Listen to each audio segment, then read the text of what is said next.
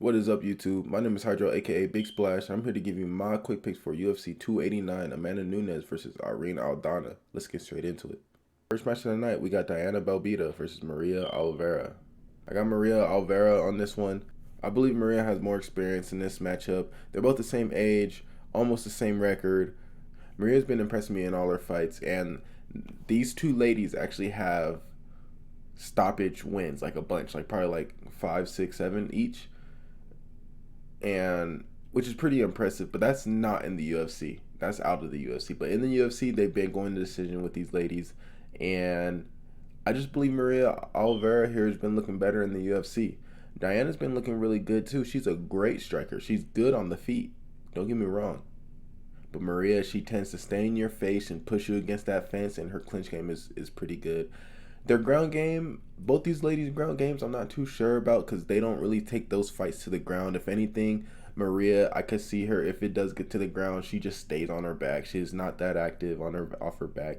I could say the same thing about Diana. This is going to be a striking matchup. These are two strikers here, and I believe Maria Oliveira is the more technical striker in this matchup. So give me Maria Oliveira in this matchup. Next up, we got David Dvorak versus Stefan Erceg. This is going to be a pretty tough debut for Stefan. Stefan is a good fighter. Don't get me wrong. He is a really good fighter. He's good on the ground. His striking is decent. But I'm not too sure if he's UFC caliber ready. To be honest, watching this footage, I do think he is. But this is a tough debut for Stefan just because how tough David is. David is a tough opponent. David Dvorak is a decent fighter.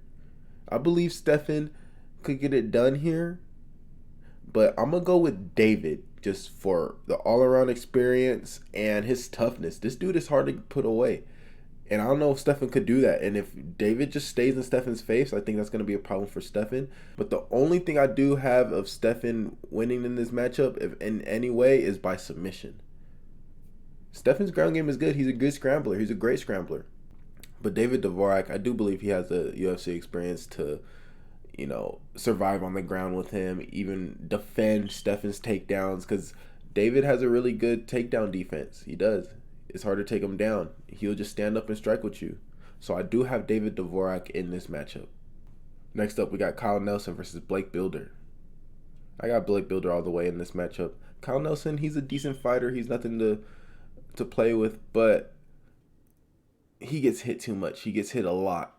His striking isn't there. He has a decent grappling game, but here I think Blake Bilder is just a better all-around fighter. Blake Bilder has good striking. His striking has gotten way better since his Dana White Contender Series fight, and even in his debut, he looked great. He looked different than his Dana White Contender Series. So here, yeah, I got Blake Bilder all the way, and I do think Blake Bilder should be a huge underdog, but I don't think so. Kyle Nelson, honestly, he's a tough opponent. He is a decent fighter, but I just see Blake Bilder here being the better all-around fighter, and Blake Bilder could do whatever he wants to Kyle Nelson in this matchup. So give me Blake Bilder here, and Blake Bilder is going to keep his O. Next up, we got aimenn Zahabi versus quileng Aori. This was a tough match for me to pick, y'all. These are two similar fighting styles. Zahabi just stays back and waits to counter you, but so does quileng. These are two similar fighters. This is why this is such a great matchup. And this was hard to choose for me because when I saw their UFC fights, everyone was pressuring them and they were waiting for the counter strike. And they get knockouts. Quileng hits hard. Zahabi hits hard as well. They are able to put you out with one shot. And this is how these two fight. They both have similar styles. They'll just stand back. You could press them against the cage, but they're going to hit you with one counter shot, lights out, just like that. So them being similar styles and me having a hard time to choose, I'm choosing the all-around better fighter and the more technical fighter here, and I think that is quileng. He has a better grappling game, and I think his striking is just more technical and better. But Zahabi does have power, and so does quileng. So this is going to be a great matchup. But I do have quileng in this matchup. Next up, we got Miranda Maverick versus Jasmine jasudavicuis. That long-ass last name. How can I not butcher that, bro? I have Miranda Maverick here.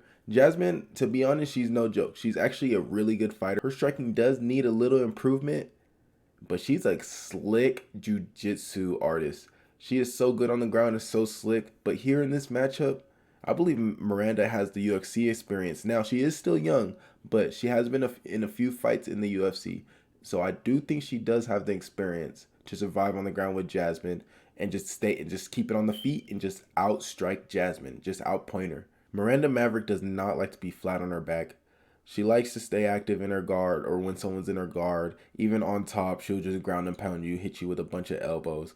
But other than that, in this fight, I believe she's going to try to keep it standing up because she knows that she is the better striker in this matchup. And Jasmine, I believe Jasmine is going to try to wrestle Miranda, but Miranda, she is a good grappler. She could defend takedowns and get takedowns on her own and survive on the ground. So give me Miranda Maverick being the better all-around fighter and the better striker, because I do believe Miranda Maverick can keep this fight on the feet. So give me Miranda Maverick. On to the next one. Next up, we got Nassourdine Imavov versus Chris Curtis. This was a really easy one to choose for me. I'm never going for no Frenchie again. I don't care how much of an underdog or favorite a French guy is. Actually, I take that back. I went for William Gomez, and he has won me money. Shout out to Frenchies, but dude, this Nassourdine Imavov dude, he let me down.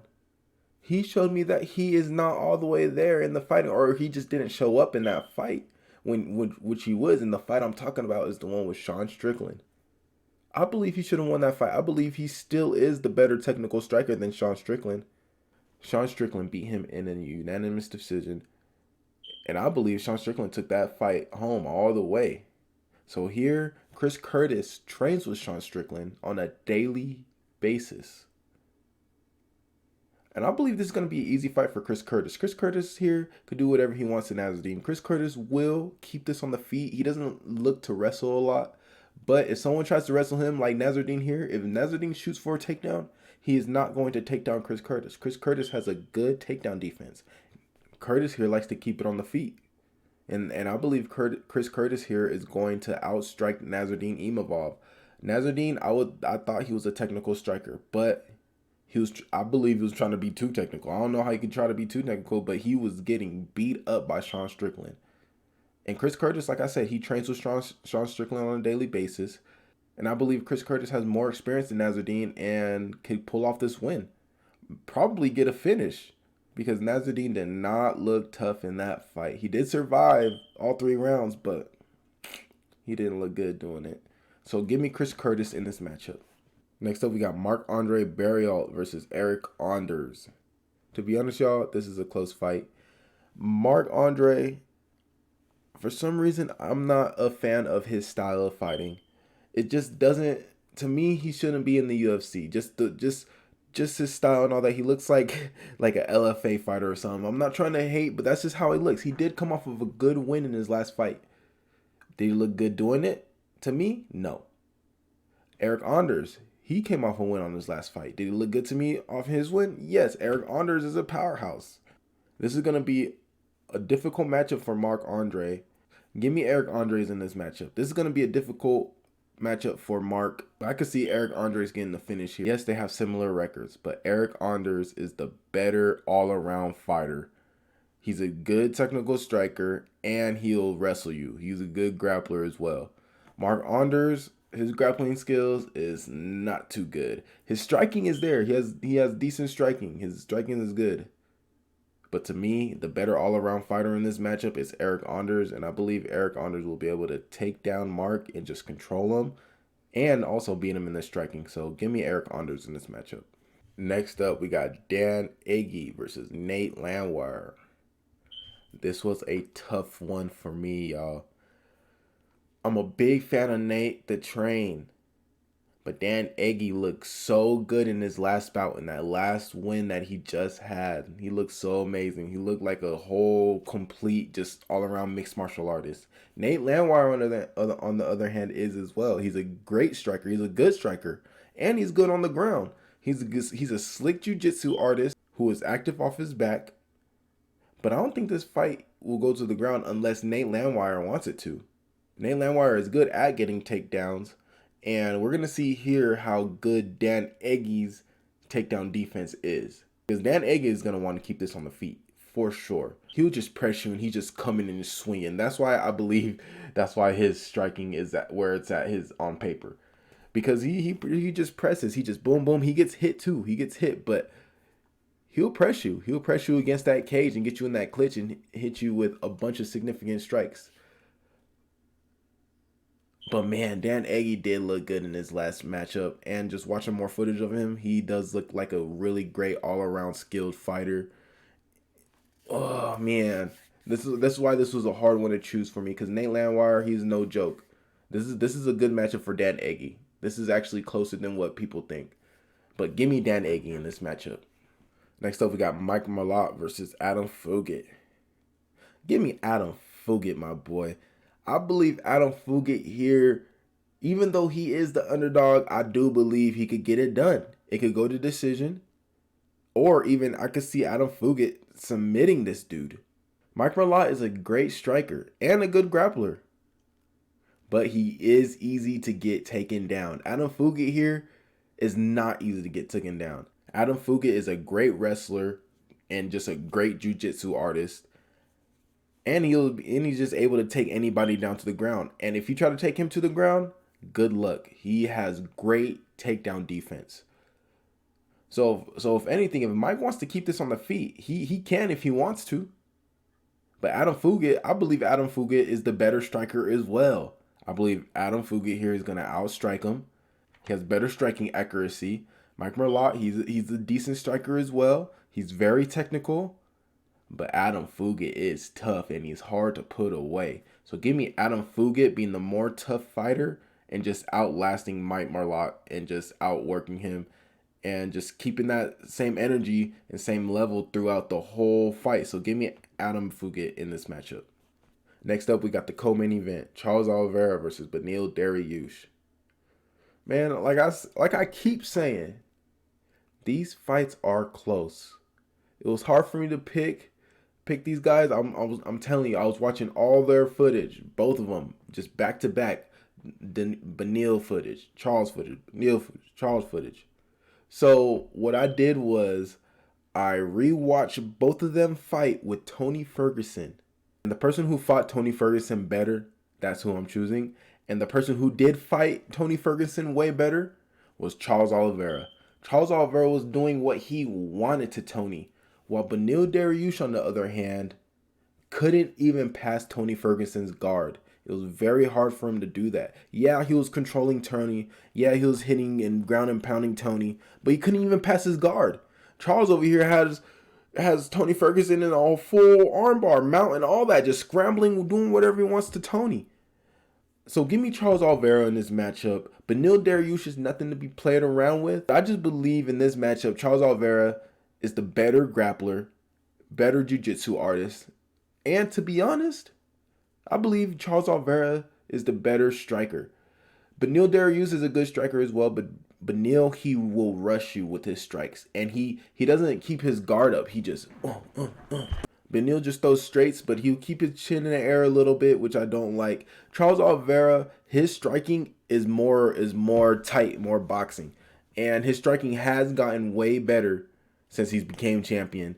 And his striking has gone so much better that he just uses his jiu-jitsu as backup. He'll stand there and strike with you. He'll be in your face and strike with you because he knows his striking got way better. So give me Charles Oliveira in this matchup. It is a really close matchup, but I do think Charles Oliveira here is the better all-around fighter. Next up, we got the main event, Amanda Nunes versus Irene Aldana. I'm actually pretty excited for this woman fight. Usually I'm not too excited for, the women's fights, but it's Amanda Nunes fighting. She is a dog. Irene Aldana is a dog too. Irene Aldana, you know how hard she hits? Irene Aldana puts her opponents away. She gets knockouts in the UFC. She has multiple knockouts in the UFC in the bantamweight division. All these other bantamweights either win by submission stoppage or they just go the distance. Irene Aldana here is no joke. But I do believe Amanda Nunes could get the job done. Amanda Nunes, she's pound for pound #1 women fighter, bro. Amanda Nunes' fighting IQ is just so off the charts. It's crazy. When she fought Juliana Pena the first time, yeah, she lost. Because she was too above her. She was too in her head. She thought she was just too good. So she can be beaten.